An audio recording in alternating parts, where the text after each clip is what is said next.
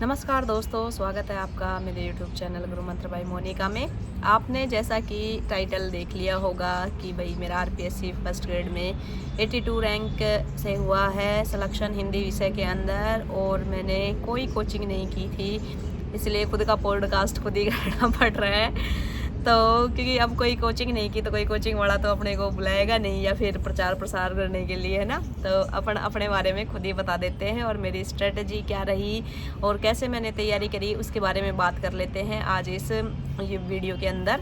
तो आप सबको भी होगी थोड़ी इच्छा जानने के लिए। कुछ वीडियो मैंने पहले भी बनाए हैं, उससे मुझे लगता है कि आपको काफ़ी सहयोग मिला होगा, लेकिन फिर भी एक बार मैं मोटा मोटा अपने बारे में, अपनी रणनीति के बारे में बता देती हूँ। देखिए, मैं पहले से गवर्नमेंट जॉब में थी, थर्ड ग्रेड टीचर हूँ मैं 2018 से, और उसके साथ तैयारी मैंने 2020 में हिंदी विषय से तैयारी शुरू की। पहला मेरा विषय जो था वो अलग था, पहले मैं साइंस मैथ से टीचर हूँ 2018 से, और पीसीएम रहा मेरे पास बीएससी की, और उसके बाद मैंने एमए की, और एमए के बाद मैंने हिंदी विषय से तैयारी 2020 में कोरोना के टाइम में स्टार्ट किया।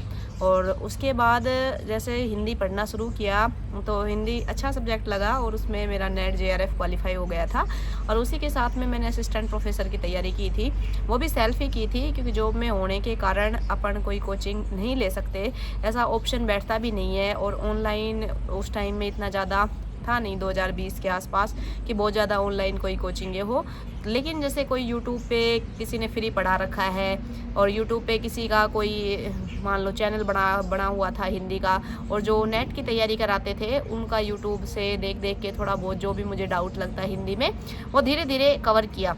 एक दिन में देखिए सब्जेक्ट तैयार नहीं होता, सब्जेक्ट को तैयार होने में टाइम लगता है, लगभग भाई साल 2 साल मुझे भी लगे वो सब्जेक्ट अच्छे से तैयार करने के लिए। अब से काव्य शास्त्र है तो कुछ काव्य शास्त्र के टॉपिक होते हैं जिसमें अपने को थोड़ा कम समझ में आता है, लेकिन फिर भी अपन उसको बार बार पढ़ते हैं तो फिर चीज़ें समझ में आ जाती है। यूट्यूब पे बहुत सारे ऐसे वीडियोज फ्री में आपको अवेलेबल हो जाएंगे, जो टॉपिक आपको समझ में नहीं आ रहा उसको डालो और उसको आराम से सर्च करके पढ़ लो। मैं तो ऐसे ही किया करती थी। उसके बाद नेट की तैयारी के लिए मैंने एनटीए की जो वाईसीटी की किताब आती है, जो पुराने पेपर की किताब होती है, NTA previous year question paper, उसको प्रेफर किया। और सरस्वती पांडे की जो किताब थी, उन सरस्वती पांडे जी की किताब को पढ़ा, है ना, उसको अच्छे से घोट घोट के पी लिया। सबसे पहली किताब मेरी प्रतियोगिता साहित्य की थी, तो प्रतियोगिता साहित्य की किताब से मुझे एक बेसिक आधार मिला ये समझने के लिए कि हिंदी में भाई इतिहास क्या है, हिंदी का उद्भव विकास कैसे हुआ। और ऐसे ही धीरे धीरे जैसे हिंदी बढ़ती गई तो उसके 4 काल हुए इतिहास के, तो वो कैसे हुए, उन सब चीज़ों के बारे में जानकारी मिली। तो धीरे से अपना आधार एक तरीके से कह सकते हैं, या फिर एक बेस बता सकते हैं कि वो मेरा प्रतियोगिता साहित्य की किताब से कंप्लीट कवर हो गया था। उसके बाद आती है बात रचनाओं की, तो आधुनिक काल की जो रचनाएं हैं उनको याद करना बहुत बड़ी महाभारत है। तो शुरू में देख के मुझे भी यही लगता था कि यार अपन ने तो गलत ही चूज कर लिया, और कैसे अपन इतनी सारी रचनाओं को याद करेंगे। फिर रचनाओं के मामलों में थोड़ा सा ऐसा है कि रचनाएं याद करो फिर भूल जाते हैं, फिर याद करो फिर भूल जाते हैं। और कुछ तो ऐसी रचनाएं हैं जो 2-2 लोगों की हैं, जैसे मान लीजिए कोई 2 रचनाकार सेम नाम से एक रचना कर रहे हैं, या फिर उनकी विधा अलग है, कोई उपन्यास है तो कोई कहानी है, ऐसे करके बहुत सारा कन्फ्यूजन क्रिएट हो जाता है। फिर मैंने सोचा कि ऐसे तो काम चलेगा नहीं भाई, ऐसे तो रचनाएं याद होंगी नहीं। तो उसके लिए तरीका निकाला कि जो एनटीए के प्रीवियस ईयर क्वेश्चन पेपर है ना, क्यों ना उनको ही देखा जाए, हमें पता तो चले कि एटलीस्ट पूछा क्या जा रहा है एग्ज़ाम के अंदर। तो फिर मैंने जो एनटीए के एग्ज़ाम के पेपर थे उनको देखा, खंगाला, बार बार उनको रिवाइज किया। उससे 2 बेनिफिट मिले, एक तो एग्ज़ाम पैटर्न समझने में फ़ायदा मिला कि कालक्रम के क्वेश्चन पूछे जा रहे हैं, या फिर कैसे रामचंद्र शुक्ल से क्वेश्चन पूछे जा रहे हैं, उन सब चीज़ें में बहुत बेनिफिट मिला। दूसरी चीज़, रचनाएं जो इम्पोर्टेंट रचनाएं थी, पता चल गया कि जो इम्पोर्टेंट कवि कौन से हैं, रचनाकार कौन से हैं, क्योंकि कुछ समय के लिए पता चल जाता है जब बार बार अगर रिपीट होता है, महादेवी जी है बार बार रिपीट होती है तो महादेवी जी इम्पोर्टेंट है। तो इसलिए जो इम्पोर्टेंट रचनाकार थे उनकी सारी रचनाओं को याद कर लिया, अच्छे से विधा वाइज याद कर लिया। उपन्यास ये है, कहानी ये है, आलोचना ये है, संस्मरण ये है, रेखा चित्र वगैरह, जीवनी वगैरह, सब करके थोड़ा थोड़ा टॉपिक डिवाइड करके सबको अच्छे से याद कर लिया। और रचनाओं के मामले में यही रहता है कि एक बार याद कर लिए लेकिन उसको छोड़ नहीं सकते, छोड़ दिया तो बार बार फिर से याद करना पड़ेगा आपको।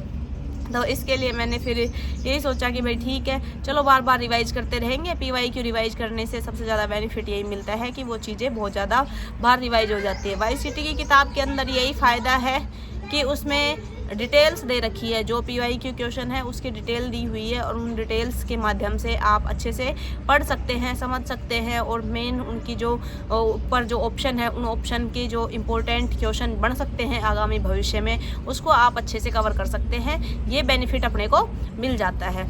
अब बात कर लेते हैं इसके बाद में अब पैटर्न अपने RPSC का आता है। तो अब RPSC का पैटर्न बदल गया है और RPSC जो क्वेश्चन पूछ रही है अभी के दिनों में बड़े ख़तरनाक से क्वेश्चन पूछ रही है। तो इस आधार पे अगर बात करें कि मैंने फर्स्ट ग्रेड की पिछली बार तैयारी कैसे की, तो सबसे पहला तो होता है कि भाई सिलेबस को देखो, आप सिलेबस को एकदम पॉइंट टू पॉइंट अच्छे से याद कर लो। याद हो जाए तो उससे क्या बेनिफिट रहता है, अपने को वही पढ़ना है जो सिलेबस के अंदर है। दूसरी बात, फर्स्ट पेपर को साथ में कवर करना है। फर्स्ट पेपर में से कोई भी पार्ट को छोड़ना नहीं है। मैंने कोई भी पार्ट छोड़ा नहीं था पिछली बार जो फर्स्ट पेपर था उसके अंदर, क्योंकि मिनिमम क्राइटेरिया अपने को पूरा करना है। तो फर्स्ट पेपर के कोई पार्ट को छोड़ना नहीं है। मान लीजिए अपन ने मैथ छोड़ दिया लेकिन मैथ में इजी क्वेश्चन पूछ लिए तो अपने को दिक्कत हो जाएगी ना, इसलिए कोई भी पार्ट को छोड़ना नहीं है। मैथ आप 9th-10th की किताब से कर सकते हो। मैंने भी फर्स्ट ग्रेड के लिए 9th-10th के जो RBSC की 9th-10th की किताब है अपने, उससे मैथ और साइंस दोनों वही उन्हीं किताबों से 9th और 10th की किताब से पढ़ी थी। और इंग्लिश के लिए मैंने 2-3 टॉपिक चूज कर लिए थे कि भाई यही पढ़ेंगे, इससे फालतू अपने नहीं पढ़ेंगे क्योंकि कितनी अपन कर पाएंगे। तो एक तो नरेशन था जो है इनडायरेक्ट डायरेक्ट होता है ना स्पीच, वो थोड़ा थोड़ा आता था मेरे को और उसको मैंने किया कि भाई इसको अच्छे से तैयार कर लेते हैं। एक्टिव वॉइस पैसिव वॉइस है वो तैयार कर लिया। बहुत ज़्यादा टफ नहीं पूछे जाते, नॉर्मल पूछे जाते हैं, तो थोड़ा तैयार करोगे तो आप कर लोगे आराम से। उसके बाद में मैंने एक आर्टिकल भी तैयार किया था कि भाई अगर आर्टिकल से कोई क्वेश्चन आ जाता है तो अपना हो जाएगा। वैसे 2 क्वेश्चन का मामला तैयार किया था तो 3 भी कई बार बैठ जाते हैं, वो अपनी मतलब थोड़ा लक फैक्टर भी काम कर सकता है। बाकी एंटोनियम सिनोनियम वगैरह थे वो मैंने सोच लिए थे कि वो अपने से होंगे भी नहीं, करने भी नहीं है। हिंदी सब्जेक्ट होने की वजह से तो हिंदी लगभग सही होता है, क्योंकि हिंदी की जो भी टॉपिक है वो अपने जो सब्जेक्ट का पेपर है उसमें भी होता है तो वहाँ से कवर हो जाता है। और राजस्थान की जो आर्ट एंड कल्चर थी वो 9th-10th की किताब से ही पढ़ी थी मैंने।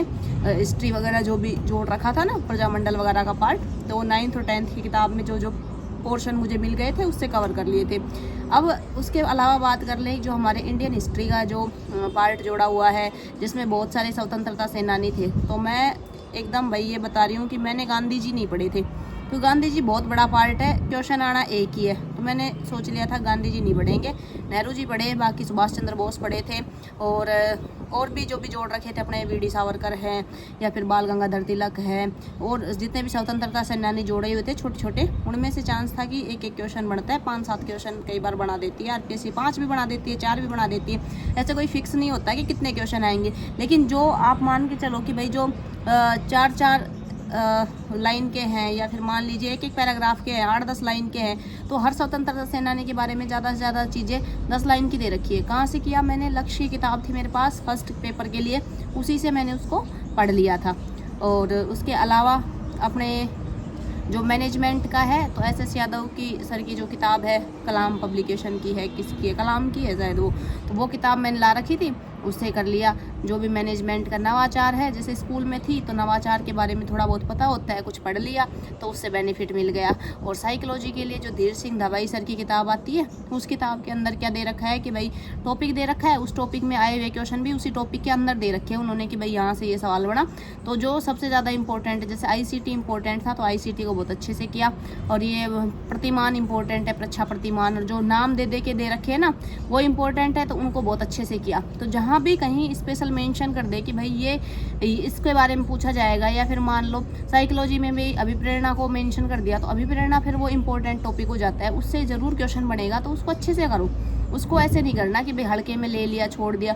उसके PYQ अच्छे से देखो, जितने भी PYQ पूछे गए हैं उनको अच्छे से याद कर लो। और कोई ने किसी के बारे में कोई बात कही है, कोई ऐसा फैक्ट है जो याद नहीं हो रहा, उसको लिख लो। तो तरीका आपका कोई भी हो सकता है, जिस भी तरीके से आपको पढ़ना है, बस बाकी याद होना चाहिए। मेन मोटो है कि अपन उसको कैसे कवर करें, कैसे वो चीज़ अपने को याद हो सकती है। तो फर्स्ट पेपर का तो ये मामला रहा कि फर्स्ट पेपर ऐसे करके मैंने कवर कर लिया था।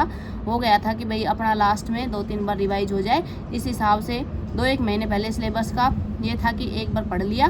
फिर उसके बाद गर्मी की छुट्टी आ गई थी तो उसमें रिवीजन पे बहुत ज़्यादा फोकस किया, पूरा रिवीजन किया, उससे फ़ायदा मिला। और सब्जेक्ट के लिए जो सब्जेक्ट का पेपर, और अब सब्जेक्ट में भाई सब्जेक्ट हिंदी था मेरा, बता दूं मैं, जैसे ही भाई जो कुछ लोग भाई हिंदी सब्जेक्ट के नहीं होंगे, अदर सब्जेक्ट के भी होंगे। तो हिंदी सब्जेक्ट था और सब्जेक्ट को तैयार करने के लिए मैंने पहले बताया 11th-12th की जो एक किताब RBSE बोर्ड में चलती है, हिंदी साहित्य का संक्षिप्त इतिहास, उसको पढ़ा। और हिंदी साहित्य का सरल इतिहास विश्वनाथ त्रिपाठी जी की किताब है, बहुत अच्छी है, PDF के रूप में उपलब्ध है, तो आप उसको भी ज़रूर पढ़िए, काफ़ी बेनिफिट मिलेगा उससे। और इसके अलावा अब मेरे पास असिस्टेंट प्रोफेसर के लिए वैसे मैंने खरीदी हुई बहुत सारी किताबें थी, तो वो तो पढ़ते ही रहते थे।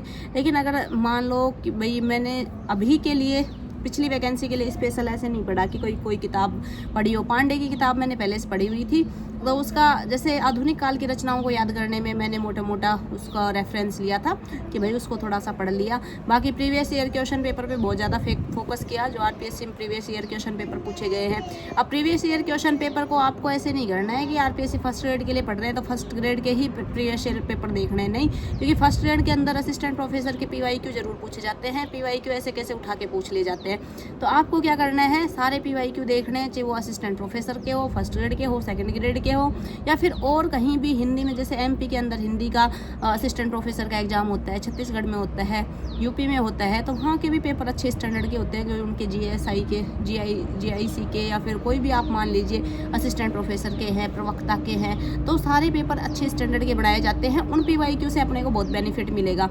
अपने को क्या है कि कम चीज़ें अगर जल्दी टाइम में याद करनी है तो ये सबसे बेस्ट तरीका है। और इसके अलावा अगर मैं कहूँ काव्य शास्त्र के लिए, तो काव्यांग विवेचन पढ़ी मैंने काव्य शास्त्र के लिए, काफ़ी अच्छी किताब है। उसके अंदर एग्जाम्पल भी बहुत सारे दे रखे हैं कि मान लो आप एग्जाम्पल भी याद कर लोगे ना, क्योंकि उसमें से इतने सारे एग्जाम्पल है, डायरेक्ट उसमें से एग्जाम्पल पूछ लिए जाते हैं और डायरेक्ट अपने क्वेश्चन आ भी जाते हैं उसमें से, है ना, और समझ भी अच्छी विकसित हो जाती है। इसके अलावा अगर आपके पास काव्यांग विवेचन नहीं हो तो आप अलंकार पारिजात भी पढ़ सकते हैं, वो भी बहुत बेहतरीन किताब है।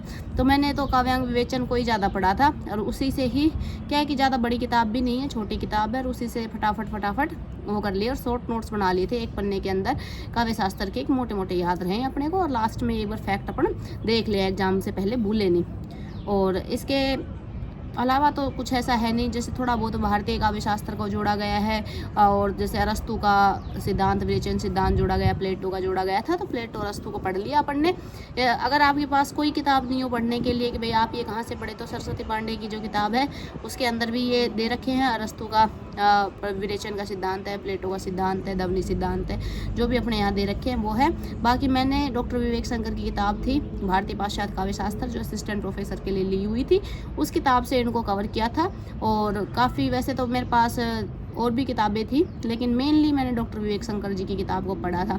अब बहुत सारे लोगों के कमेंट होते हैं कि मैम ऐसा कोई बताइए प्रैक्टिस करने के लिए जो अपने निर्धारित पाठ है उनको कहाँ से करें। अब देखिए, निर्धारित पाठ के लिए आप चाहें तो कंबाइंड किताबें आती है वो ले सकते हैं।